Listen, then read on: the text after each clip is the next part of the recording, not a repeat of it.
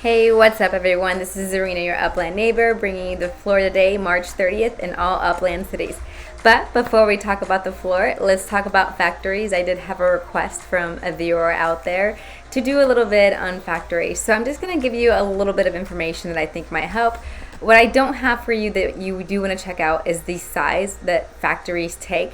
Now, right now, large factories, like the largest factory, there is a large factory that's not mentioned here. There's like a second large factory that requires, like, I think quite a bit of space, like maybe over 5,000 UP2. So that one's not mentioned here. That's the new one, which is pretty hefty. So a lot of people don't actually even have that size property, because I don't think that size property was even available until maybe recently. So that being said, large factory mentioned here is doable.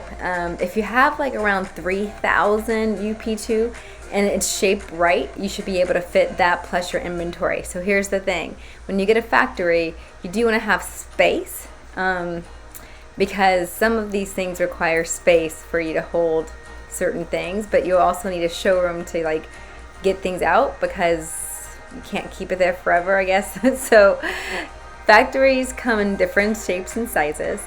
Well, I say different sizes.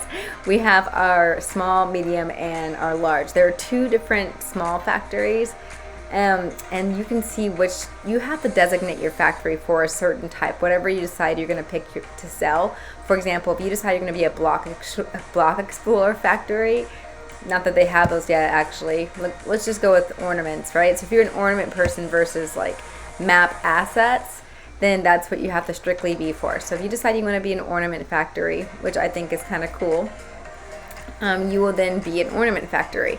You can't be a map asset factory if you're an ornament factory. So once you've designated your factory as such, that's what it is for. You have to build a different factory for different purposes. So that's one thing to keep in mind as well. You can see that this minimum spark for all of these factories and showrooms is 0.5 spark. So save up your spark, go on those tours, you get 0.01 spark every time you do those tours, and I find the tours worth it for the spark. Sign in daily to get your free 0.001 minimum spark per week. Very well worth it just to do those daily logins. And then, you know, if you can, go treasure hunting and find that spark. I highly recommend everyone try treasure hunting.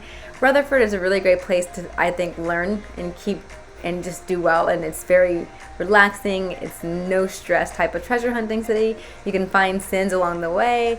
Very great place. Santa Clara is, I think, after you have gotten the experience with Rutherford and really learned how to judge your distances and you become pretty fast, head over to Santa Clara and bump up your notch, because that's just another great place to hunt.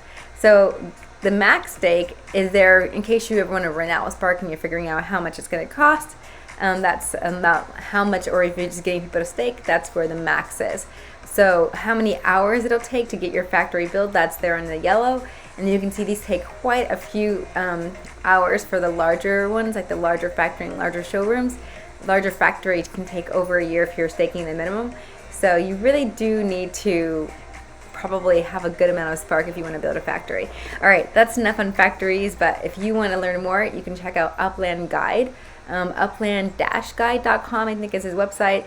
Also, he might have some videos on YouTube, and other YouTubers might have some more videos on factories in Upland. All right, the floor. Sorry, getting croaky over here. There's a lot of white, which I don't mind. The white means nothing's changed on the floor that much since yesterday, and everything's staying pretty much kind of leveled. Zelle did have a go up over there on the Upix side. Looks like someone must have purchased the one that was cheaper, and now we have what's left. On the dollar side, though, that $178.50 property has not sold yet, and I'm just curious if we're going to see that drop down to 150, even 100. I'm wondering what would be your price? What would you buy a Zelle property for in USD if you were going to spend USD on a property? Leave it in the comments. Let me know how you guys are doing, and any other requests out there, feel free to drop me a line. All right, everybody, happy hunting. I'll see you guys in Upland.